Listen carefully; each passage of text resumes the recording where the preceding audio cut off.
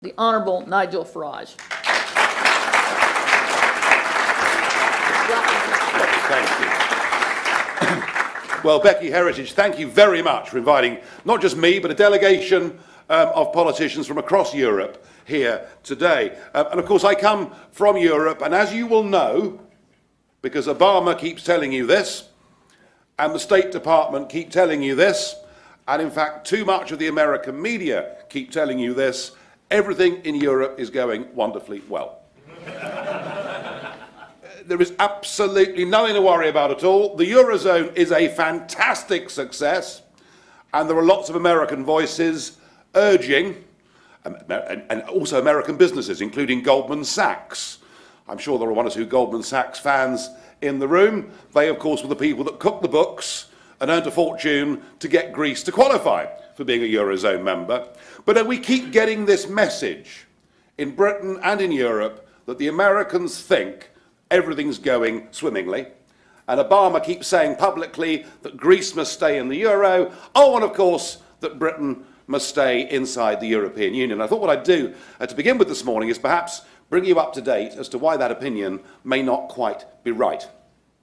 The very issue that got me into politics, and remember, I actually had a proper job before being in politics, which is pretty unusual these days, but I was a commodity broker and trader, and the issue that got me into politics was an evening back in 1990 when the Conservative government in Britain signed us up to the exchange rate mechanism. They effectively pegged sterling against the Deutschmark as a precursor to us joining what became the euro. And I was opposed to that, and I've been opposed to the European single currency project ever since.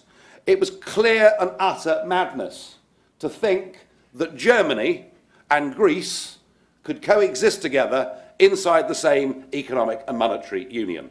And there are some of us that have been making these arguments clearly for over 15 years. But the European project, which was being pushed in those days by Chancellor Kohl and by President Mitterrand, they had decided that what they were going to do was to build a United States of Europe.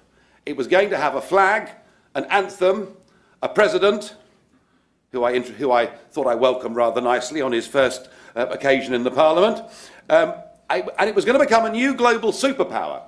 And that superpower was necessary because America could not go unchallenged on the world stage. And whenever those people who were the architects of this were questioned about detail, were questioned about practicality, they just said, don't bother us with the details. They believed that if you put together an economic and monetary union, that overnight a political union would follow as night follows day. And of course it doesn't work, and the analysis that we all had 15 years ago has been right. The only way that Germany and Greece can coexist together inside the same economic and monetary union is if the Greeks become like the Germans, or the Germans become like the Greeks, and it ain't going to happen. The other point of the European project, apart from wanting to be a global superpower, was that it was designed to bring together the warring nations of Europe. And actually, if you think about it, the idea of getting the French and Germans round the table to share dinner and break bread in the 1950s was an entirely sensible thing to do. The idea that if people trade more with each other, they're less likely to fight each other was again an entirely sensible idea. Sadly, it's gone too far. And I now feel that this European project of love, cooperation and peace, well, just look at it. Just look at it. You know, Angela Merkel went to visit Athens last year to be greeted by people dressed up in Nazi uniforms. I mean, sort of, you look at it and think, do I laugh at this or do I want to cry at this? I mean, you just look at the language that was used in the European Parliament last week by German politicians about the Greeks. So actually, far from Europe coming together with a single currency, actually economically we're diverging, and far from the project bringing everyone together, what we're beginning to see is a return of the old enmities that have done Europe so much harm over the course of the last 100 years and more. The project isn't working. I grew up in a Europe that was divided from east to west by the Berlin Wall. And I'm now living in a Europe that is divided north to south by a new Berlin Wall, and that Berlin Wall is called the euro. Now, the Greeks had a referendum, you might have noticed, 2 weeks ago, and despite massive threats, despite being told that if they voted no, the power supply would fail, amongst other things, 61% of them said, we can't go on as we are. We can't take further austerity. And yes, it's easy for any of us to criticise the Greeks for their financial management and their retirement ages and everything else. But do think about this. You know, when the United States of America had its Great Depression, the sort of buddy, can you spare us a dime times, the US economy had contracted from top to bottom about 16%. The Greek economy has now contracted by 26% since 2008. And when we get the fresh figures for this current quarter, bearing in mind the banks have now been closed for almost 3 weeks, maybe that contraction will be closer to 30%. You know, we are watching a country that's in real trouble. If we have a heart and a soul, we will feel for the suffering of the Greek people. They never voted to join the euro. They were taken into it by Goldman Sachs and their own greedy politicians. We've got a situation in Greece where now the hospitals are actually running out of medicine. We're witnessing a political experiment that is taking a country, and we're watching it literally before our very eyes become a third world country. It is a human tragedy. And yet, in the face of that referendum, what has happened? What has happened is the big institutions of the EU, oh yes, and our friends from Washington. I hadn't yet touched on the International Monetary Fund, who now appear to have become an arm of European government. Just look at their last two leading figures. One, Dominic Strauss-Kahn, well, we'll perhaps gloss over that and move on. But Christine Lagarde, you know, a fully paid up member of the Eurocrat class, a fully paid up member of saying everything and anything must be done to maintain this project called the euro. So between the IMF and the European Commission and the European Council, what they have done is to bully Greece into signing up for a deal whose terms are even harsher than that was rejected by the Greek people in a referendum. You know, what price democracy, folks, in modern day Europe? Well, it frankly doesn't exist. So that's the first big crisis that Europe faces, and it is perfectly clear to me that the only hope that countries like Greece have got is to find a leader with courage, and I'm sorry, Mr. Tsipras doesn't have much courage. You know, he's basically marched the Greek people up to the top of the hill, and then faced with the final big decision has marched them back down again. I am in no doubt that economic and monetary union will not last, that it will break up. The only question is, when will it break up, and just how bad will the social consequences be? I believe Greece going back to the drachma, having a big devaluation, allowing the banks to go bust. Yes, I know it's horrible. Depositors will lose money. But think, this is exactly what Iceland did. Little Iceland, a country of 250,000 people, faced that same banking crisis that America faced, that Britain faced, that much of the world, with the exception, of course, of Canada and Australia, who had sensible banking rules and didn't need bailouts. But when we all faced this, we bailed out the system, which in many ways was an odd concept within a capitalist country. But we bailed out the system. The Icelandics let the banks go bust. The Icelandics allowed their currency to sink. It fell by 80% on the world's exchanges. Inflation went to 30%. Interest rates went to 27%. There was then in 2010 a volcanic eruption, do you remember, and all the planes stopped flying. I mean, it looked like the Old Testament had come back, you know. I mean, it was pretty serious stuff, but now Iceland is back to growth. Now Iceland has just signed her own genuine free trade deal with China. That's the example we have to give to those Mediterranean countries, but to do that, we have to break the stranglehold of the European elites. And there's a second big problem and big dilemma that Europe is facing, and it's something that at the moment nobody has got the courage to own up to and to address. You will all have seen the photographs of the boatloads of migrants coming across the Mediterranean.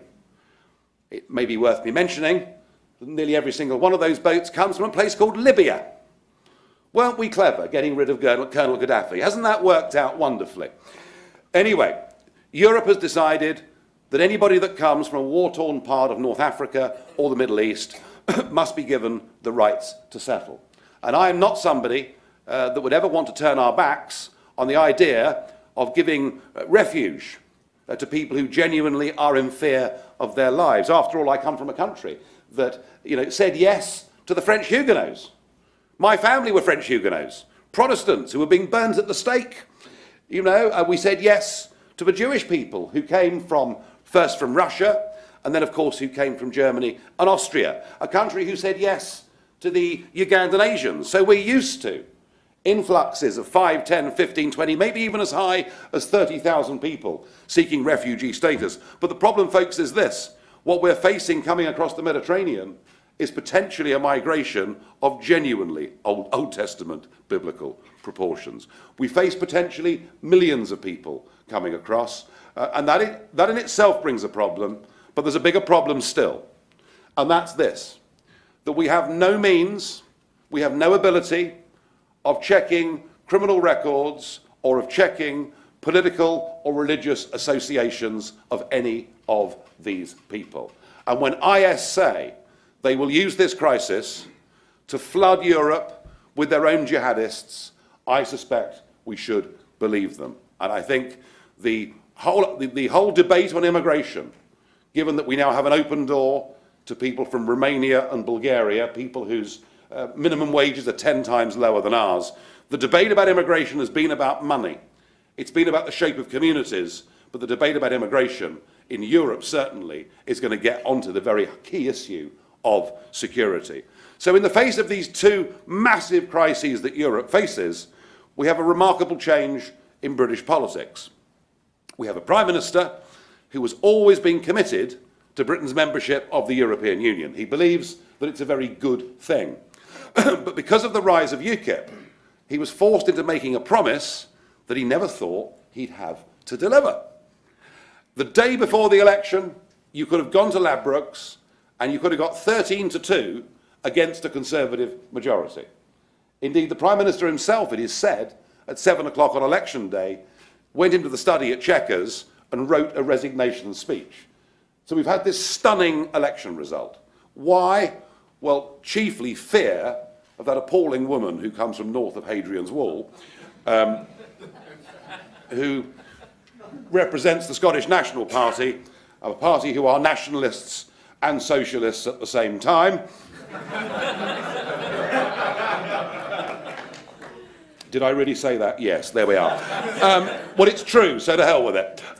It was really fear of the SNP that gave the Tories this majority. And so now we have a referendum. And it's not going to be easy, but this referendum matters. And it's important for us because I believe in democracy. I believe in self-government. It's important for us because I think our Supreme Court should be the ultimate arbiter in our land. We have a row going on at the moment as to whether prisoners should get the vote.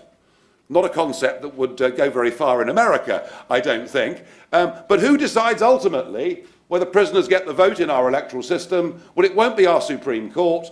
It'll be the European Court of Human Rights in Strasbourg, and that's unacceptable. It's important for me and for UKIP that we win this referendum because I want to turn immigration from being a negative into being a positive, and that's not very hard. All you have to do is to introduce the Australian-style point system, where you say, we want migrants who've got skills. We want migrants who haven't got criminal records. We want migrants who bring their own health insurance. We want migrants who will not be able to claim anything out of the social security system until they've been with us for 5 years, paid their taxes and obeyed the law. So for all of those reasons, I want our side of the argument to win this referendum. But this isn't just about Britain. This referendum is not just about the future of Britain's relationship with Europe. Actually, if we win this referendum, then in short order, there'll be voices in Finland and in Sweden and in Denmark and in Austria and elsewhere saying, actually, this is the relationship that we want too. Our vision for Europe, and I've been portrayed, over the years as being anti-European, which is absolute nonsense. But I think a better Europe would be a Europe of sovereign, democratic nation states that trade together, that cooperate together, more of a NATO model, if you like, for how we work together with neighbours than one of political union where we surrender the supremacy of law. And that's why this referendum matters. It matters because if we can win this referendum, we will effectively kill off the whole project of trying to impose against the will of the peoples of the member states of Europe a new form of undemocratic government. And I want people in America perhaps to understand this rather more than they do at the moment, because as I say, I'm getting a bit tired of the Obama line and the State Department line, and I want people in America to understand this, and this perhaps is, I'm now saying this rather more from a British angle than from the representative of parties from across Europe that I'm here with today. The relationship between Britain and America has been a very, very important one. Yeah, we had a little bit of a fallout, didn't we, a couple of hundred years ago, and I understand that. But actually, what Britain and America have done together in terms of fighting for the principles of liberty, democracy and freedom, and they've done that in the face of some of the most evil aggressors in history, and at great price, we've been successful. We are your greatest ally on this planet. But if we lose this referendum, our ability to continue to be your best ally will diminish by the day. There is a plan, and it's already taking shape, to build a European army, a European Air Force, a European Navy is already active in dealing with Somali pirates. We have, in terms of foreign policy, a European that now has over 160 representative offices around the world. And bit by bit, we see British delegations being withdrawn so that we're represented internationally by the European Union. We see a UK Treasury who basically think that one of the benefits of being in the EU is we can cut our defence spending every year to levels that frankly don't make us a credible player on the world stage. This referendum will be won or lost, not on the fine academic arguments about trade policy, important though that is. This referendum will be won or lost on the question of who we are as British people and what we want our role in the future of the world to be. And we should be making the strong, positive case that an independent, democratic Britain that controls its borders and is able to act freely on the international stage with our allies when and where we see fit is the right way forward. And it just would be nice if there were one or two voices from the USA who rather agreed with what I've said to you this morning. Please, can we have no more of Obama telling us how good it is for us? Thank you.